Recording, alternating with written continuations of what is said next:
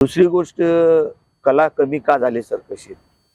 आता बाळ मजदूर हा सर्वात आधी सर्कशीत टाकला सरकारने.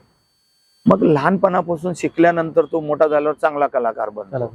मग आता मोठ्या झाल्यानंतर तो 15 वर्ष झाल्यानंतर सर्कशीत आल्यावर तो कला करू शकत नाही. त्याच्यामुळे कला कमी होत आली.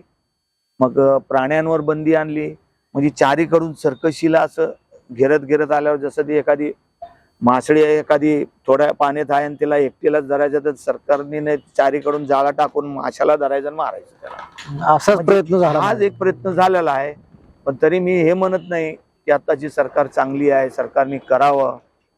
मी जगतो आजचं माझ्या तारखेत. आता मी एक जागेला जाऊन बसून खाऊ शकतो, कुठंतरी काहीतरी बिझनेस लहान करून खाऊ शकतो मी. पण मी बंद केल्यानंतर माझ्या संघ 80 लोक आहेत. आता सध्या तुमच्यापाशी 80 लोक आहेत. 80 लोक आहेत. 80च्या कोणाच्या घरी 4 आहे, कोणाच्या घरी 5 आहे, कोणाचं शाळा आहे, कोणाचे म्हातारे आहेत घरी. प्रत्येक लोक असतात घरी, ते इथूनच कमवून पाठवतात.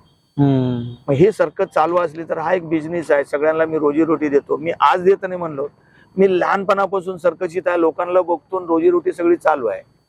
तर ही रोजीरोटी बंद होणार. सर्कस बंद झाल्यानंतर कसं होईल? कला नाही. आता आजकाल लोक सोशल मीडियावर जास्ती चाललेत. काय ना काय डबिंग व्हिडिओ काढून टाकतात, लोक त्यात बघतात. मी हे म्हणत नाही बघणं पाप आहे, हे म्हणत नाही, पण त्यात बघा. आणि म्हणून लोकांनी म्हणले, आज आपण कोर्टात जरी उभा राहिलो तर जज साहेब सगळे विचारतात की बाबा तू डोळ्याने बघितलं का? मग तो व्यक्ती म्हणतो मी डोळ्याने पाहिलं नाही, तर ती केस तिथंच संपत्ती. की यांनी बघितलं नाही म्हणून एक म्हण आहे की आंधळ्यांनी बघावं नाही. म्हणून सर्कस हे डोळ्यानं बघा. तुम्ही एकदा डोळ्यानं बघितल्यावर सर्कस माहित पडते की सर्कस कला काय आहे. मोबाईल मध्ये आज एकच वेग आहे बाबा, 50% लोक मोबाईल मध्ये लागलेत. बघा, त्यात बी बघा आणि तुम्ही एकदा सर्कस पण बघा.